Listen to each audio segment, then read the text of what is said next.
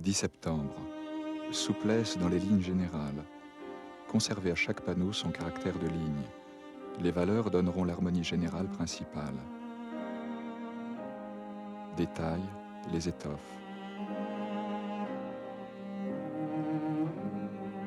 Les feuillages, valeurs différentes, donnant la légèreté et transparence dans ceux-ci, opacité, sécheresse dans ceux-là, et par-ci par-là quelques valeurs dures, plus dures encore, troncs d'arbres, chapeaux, ombrelles, parapluies.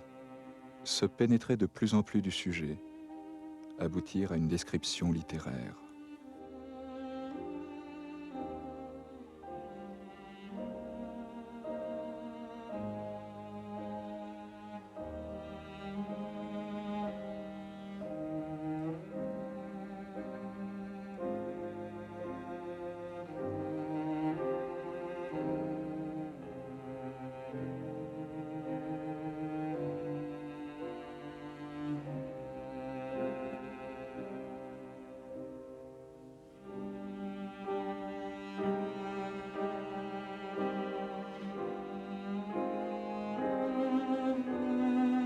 « 24 juillet, je descends au square. La même femme qu'hier vient s'asseoir sur mon banc, un peu troublée. Robe à petits carreaux, plis sans souplesse comme du papier, corsage noir, vieux plis sans rondeur, tablier blanc, qualité des plis petits et secs, cheveux comme des algues détrempées, durs, teint mat, bouche violacée aujourd'hui.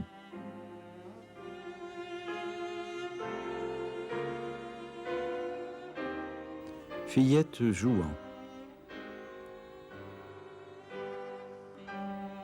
L'interrogatoire.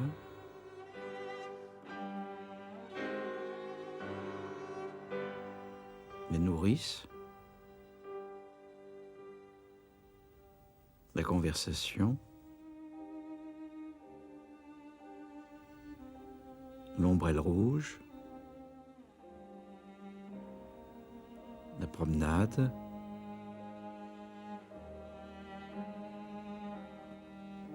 Les premiers pas,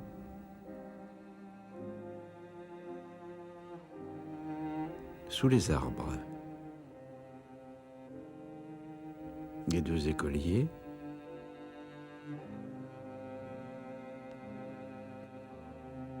neuf panneaux décoratifs de même hauteur mais de largeur variable. Au bas de plusieurs toiles, la signature du peintre Édouard Vuillard et la date 1894. Une feuille d'étude retrouvée dans les archives Vuillard montre plusieurs esquisses à la plume et au pastel. Le premier dessin annonce la promenade. Le deuxième est peut-être une première idée des fillettes jouant. Le troisième met en scène l'interrogatoire. Une jeune femme est penchée vers un enfant. Il y a des indications de couleurs et deux petits croquis de chapeau. Le quatrième dessin est peu lisible, mais le cinquième évoque les deux écoliers. Le sixième dessin est le décor de Sous les arbres. Une seconde feuille d'étude a été découpée en 4 selon les pliures. C'était la maquette d'ensemble de la décoration. Les masses de couleurs sont esquissées au pastel.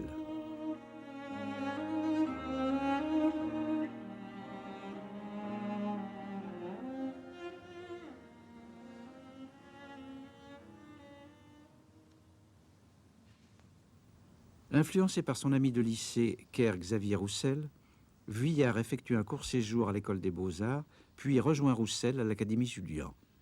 Il rencontre Bonnard.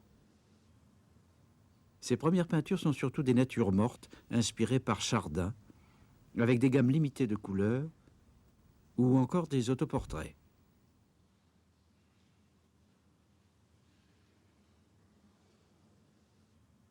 Vuillard est un personnage secret. Célibataire, il vivra auprès de sa mère jusqu'à la mort de celle-ci en 1928.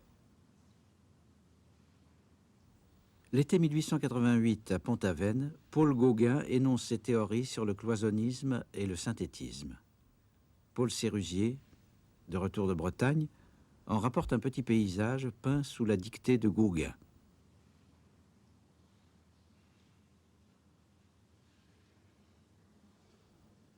Sérusier influence Bonnard, Roussel, Vuillard, plus tard Félix Vallotton. Imprégnés de symbolisme, ces jeunes peintres forment une sorte de confrérie, les nabis, prophètes en hébreu. Les nabis proclament qu'il n'est d'art que décoratif. Ils aiment l'art japonais dont ils s'inspirent.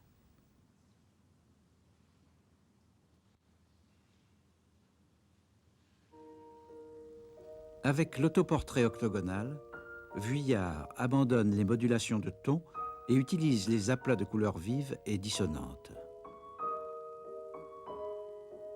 Même principe avec les lilas, au divan japonais, l'homme et les deux chevaux, les couturières. Dans la ravaudeuse, les fillettes se promenant, ou la robe à ramage, le peintre exprime son goût pour les carreaux ou les motifs textiles contrastés. Toujours dans l'esthétique nabi, Vuillard traite des sujets très cloisonnés, évoquant le monde de l'enfance, le sommeil, le lit, le banc.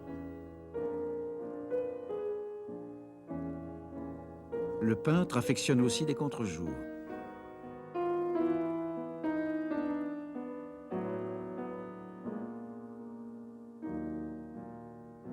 À la même époque, Vuillard invente encore un autre système pictural. Les couleurs se rapprochent, les touches se multiplient, les formes semblent se dissoudre. La lecture du tableau se fait plus difficile. Dans Le Prétendant, le peintre met en scène l'atelier de couture de Madame Vuillard. Roussel est fiancé à Marie Vuillard et lui rend visite. Les personnages se fondent dans le papier à fleurs. L'œil a du mal à délimiter les espaces. Pourtant, les silhouettes sont dessinées avec une grande précision. Même procédé dans Mère et Enfant, où les personnages ne se perçoivent qu'après les détails du décor. Ou encore dans La Musique, où l'ameublement chargé de la Belle Époque est transformé par Vuillard en tapisserie mille fleurs.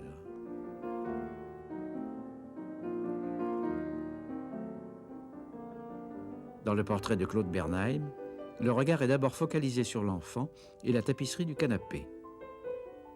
Le bras et le visage de la mère ne sont perçus qu'après une exploration de l'image.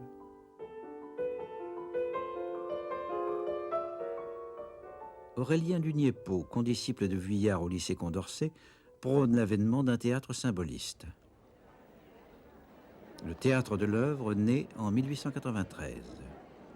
Vuillard y brosse des décors.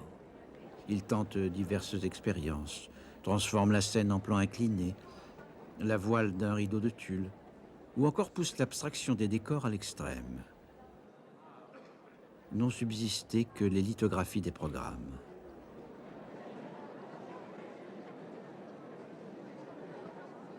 Le théâtre, en retour, influence sans doute le peintre.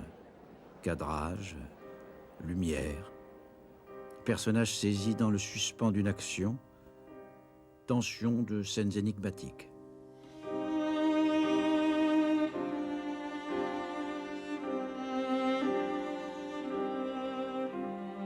2 août, levé triste, sale temps. Suis devant la grande toile clouée au mur, sans énergie, sans vouloir penser. 7 août. Je suis ballotté entre ces 2 états, joie bête ou paresse déconcertante. Pourtant hier, à la fin de la journée, facilité pour le peu de travail fourni, pense à la grande toile sur le mur, entrevoit des sujets. La Revue Blanche est dirigée depuis 1891 par l'industriel Alexandre Natanson. Thaddée, l'un de ses frères, en est le rédacteur en chef. Thaddée a épousé une cousine, une jeune pianiste polonaise, Misia Godebska. Dans leur salon, rue Saint-Florentin, les Natanson reçoivent Gide, Mallarmé, Jarry. Les peintres Toulouse-Lautrec, Renoir, Bonnard et Vuillard figurent parmi leurs intimes. Missia fut le premier grand amour de Vuillard. Il la montre dans de nombreuses toiles. Il la photographie souvent.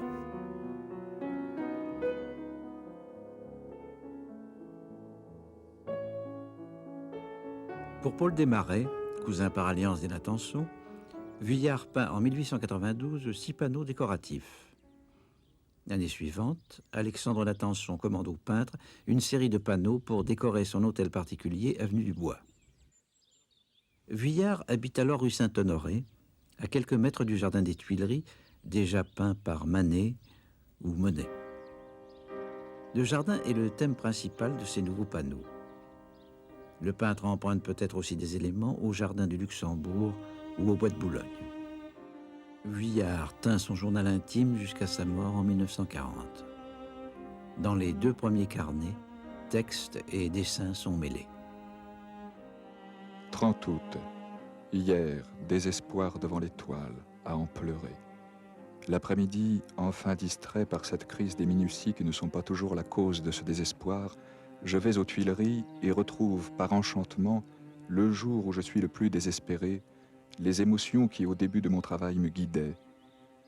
Impossibilité d'inscrire toutes les idées qui me sont passées par la tête à ce sujet.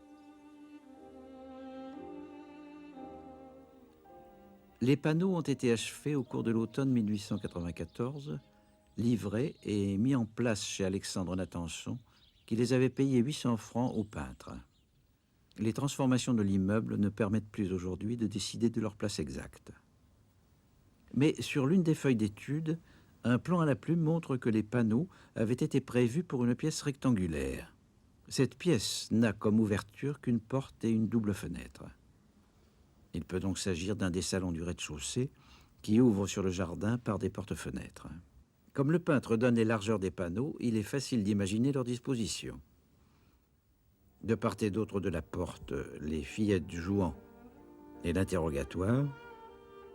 Sur le mur de gauche, le triptyque formé par les nourrices, la conversation et l'ombrelle rouge. De part et d'autre de la porte-fenêtre, la promenade et les premiers pas. Sur le mur de droite, sous les arbres et les 2 écoliers.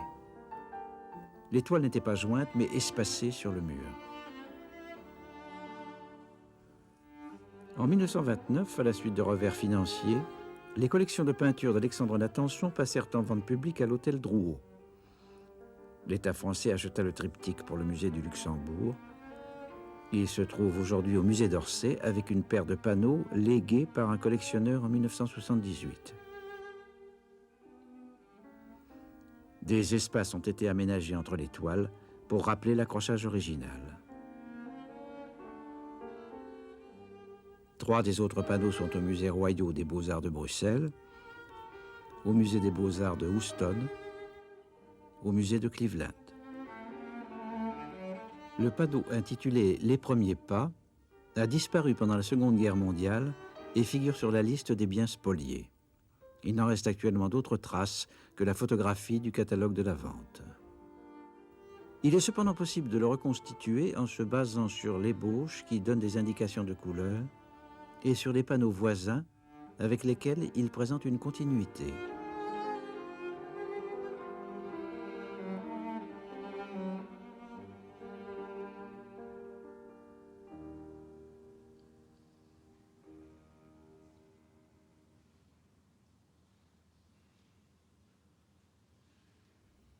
Pendant toute sa carrière, Vuillard continuera à peindre des panneaux décoratifs.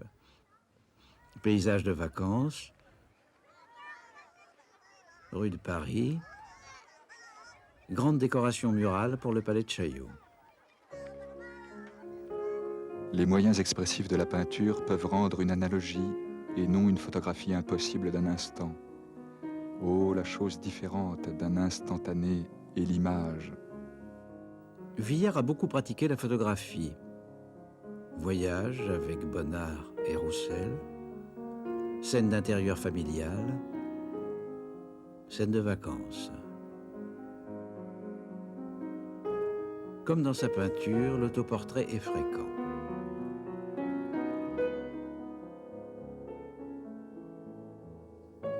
Plusieurs photographies sont liées à des peintures sans qu'on puisse dire si elles les précèdent ou les suivent.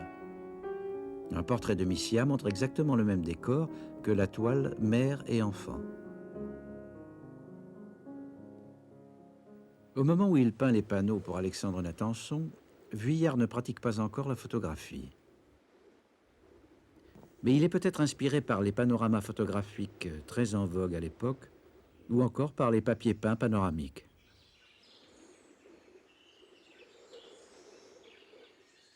D'un panneau à l'autre, le peintre assure en effet la continuité des lignes et des formes.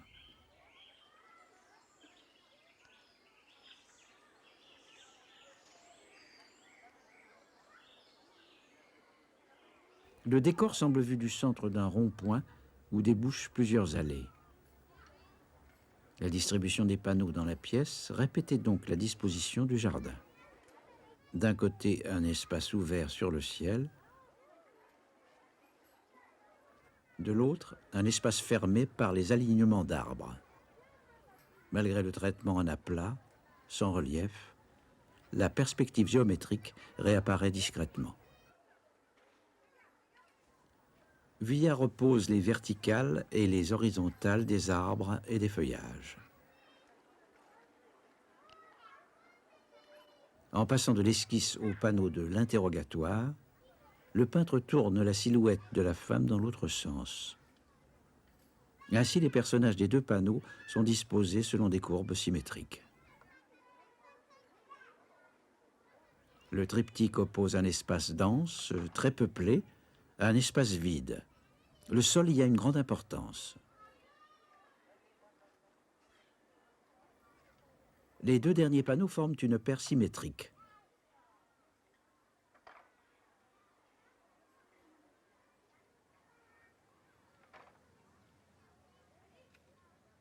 On y observe un véritable effet de perspective dû à l'étagement des frondaisons, à la diminution des troncs, enfin, à la décroissance des silhouettes des passants.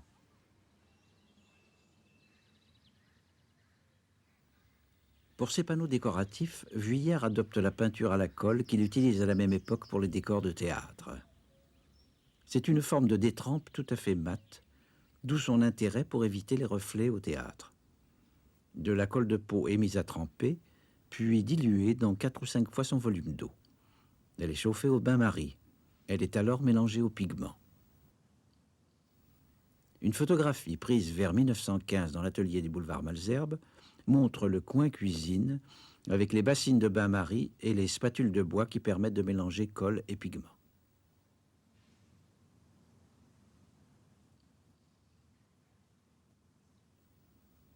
À la différence de la peinture à l'huile où le ton définitif est visible dès le mélange sur la palette, la peinture à la colle, foncée au moment où elle est déposée, s'éclaircit en séchant. Le peintre doit donc calculer ses tons à l'avance ou modifier ses mélanges selon les résultats. Mais, avantage sur l'huile, la peinture à la colle sèche vite et peut donc être retravaillée aussitôt. Vuillard a été le seul peintre à utiliser la colle aussi souvent. Peut-être la difficulté de manipulation a-t-elle été pour lui une façon de ralentir et de maîtriser sa trop grande habileté manuelle. Dans les jardins publics, visages et vêtements des personnages sont obtenus par de larges aplats à peine modulés. Pour les vêtements, Vuillard multiplie les tissus à fleurs ou à rayures. Certaines couleurs sont éclatantes. La blouse bleu lavande du garçon, la robe saumon bordée de grenat de la fillette.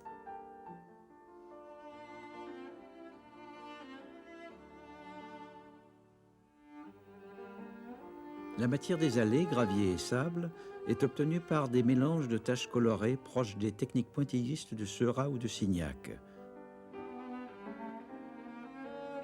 Vert, ocre jaune, ocre rouge pour les parties au soleil, rose, bleu pâle et marron clair pour les parties à l'ombre. Dans plusieurs zones, le peintre oppose les couleurs claires et les couleurs sombres. La robe aubergine et la robe ocre, le bleu et le rouge des deux fillettes, Les deux nourrices sombres encadrant la claire.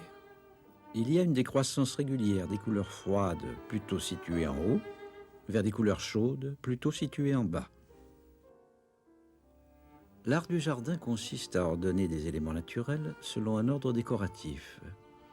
Matière, couleur, perspective concourent à un effet pictural dont les peintres s'inspirèrent d'ailleurs souvent. Le thème du jardin est fréquent chez les Nabis, Vallotton, Bonnard. Il abonde chez Vuillard. Les Tuileries, jardin à la française datant de la Renaissance, ont été le cadre de nombreux événements historiques. Mais chez Vuillard, le jardin n'est pas vraiment reconnaissable. Devant décorer un intérieur, le peintre juxtapose en toute logique des scènes d'extérieur, comme s'il ouvrait d'autres fenêtres dans les murs.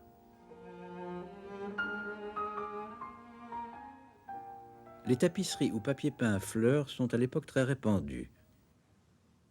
Vuillard les utilise afin de créer des motifs en réseau qui perturbent la lecture.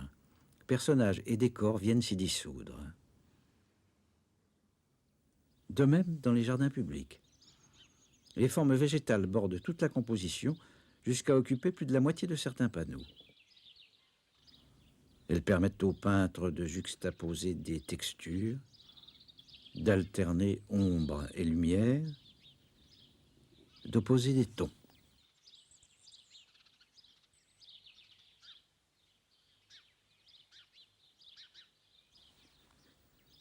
Vuillard simplifie les éléments végétaux, mais les formes restent précises. L'écorce du platane, les feuilles de marronnier, les rameaux de l'acacia. Enfin, buissons et frondaisons découpent partout courbes enveloppantes, arabesques, sinuosités, lignes serpentines qui sont comme le reflet d'un univers féminin. 27 juillet. Quand je veux imaginer par exemple une composition pour les Natanson, je ne puis penser à d'autres objets qu'à des féminins. Cela est gênant et prouve que je ne suis pas indifférent au sujet. Ces temps-ci, devant les paysages, les arbres, les feuillages bariolés, dentelés, découpés, j'ai pensé à les réunir. Cela me montre que ce n'est pas la femme même que j'admire quand je veux composer, puisque je trouve ce même sentiment en contemplant d'autres objets. Dans les jardins publics, en effet, on ne perçoit d'abord que des femmes et des enfants. La structure narrative paraît simple. Des femmes parlent pendant que des fillettes jouent. Une dispute vient d'éclater. La grande sœur en robe saumon lève les bras au ciel et gronde l'assaillante qui s'enfuit. La mère se penche vers la victime, peut-être en pleurs, et lui demande ce qui s'est passé. Deux nourrices sont assises sur un banc. Une petite fille et des garçonnets jouent autour d'elle. Derrière, un landau et une poussette d'enfants. Sur le banc, trois nourrices aux formes généreuses bavardent. L'une d'elles tient un enfant qu'elle protège d'une ombrelle. Sous son ombrelle rouge, une vieille dame en noir parle à son chien. L'animal a posé la tête sur les genoux de sa maîtresse. Deux femmes partent vers le fond de l'allée. Un garçon tient avec précaution un bébé dans les bras et l'emmène faire un tour avec sa jeune sœur. Une fillette timide, tête baissée, vient vers eux. Une grande sœur fait faire quelques pas sur le sable de l'allée à son petit frère. Les jambes arquées, incertain, le bébé tend les bras vers elle. Des mères ou des nourrices conversent sous les arbres. Une petite fille, cachée derrière un tronc d'arbre, regarde un groupe d'enfants qui jouent. Deux garçonnets sur le point de bondir sont cachés dans l'alignement des arbres et s'apprêtent à faire une bêtise. Celui de droite porte une casquette. Il joue machinalement avec son foulard. Certains enfants portent blouse, casquette et galoche, d'autres canotiers, robes à fleurs et bottines. Mais ces courts récits en images ne sont pas donnés dès le premier regard. Comme dans un grand nombre de ses autres tableaux, Vuillard impose un ordre particulier dans la lecture des thèmes. Les visages des deux femmes au pied de l'arbre ne se perçoivent pas immédiatement. Le groupe de l'interrogatoire demande un examen attentif. La distinction par l'œil des silhouettes des trois fillettes et de la mère prend du temps. C'est aussi le cas pour la forme du bébé dans les bras de sa nourrice, la tête du chien sur les genoux de la vieille dame, ou le bébé dans les bras du garçon. Vuillard a peint ici le monde de l'enfance. Un monde très subjectif où personnages, formes, couleurs sont encore mêlés et ne se séparent pas au premier coup d'œil. Les bébés, les mères et les nourrices appartiennent à la matière même du gravier, des feuillages, des illusions d'optique et des mirages de la perspective. La succession des images rappelle le brillant des journées de vacances. Chacune semble vue à travers le voile flou du souvenir d'enfance. C'est la peinture sage d'un monde apparemment paisible.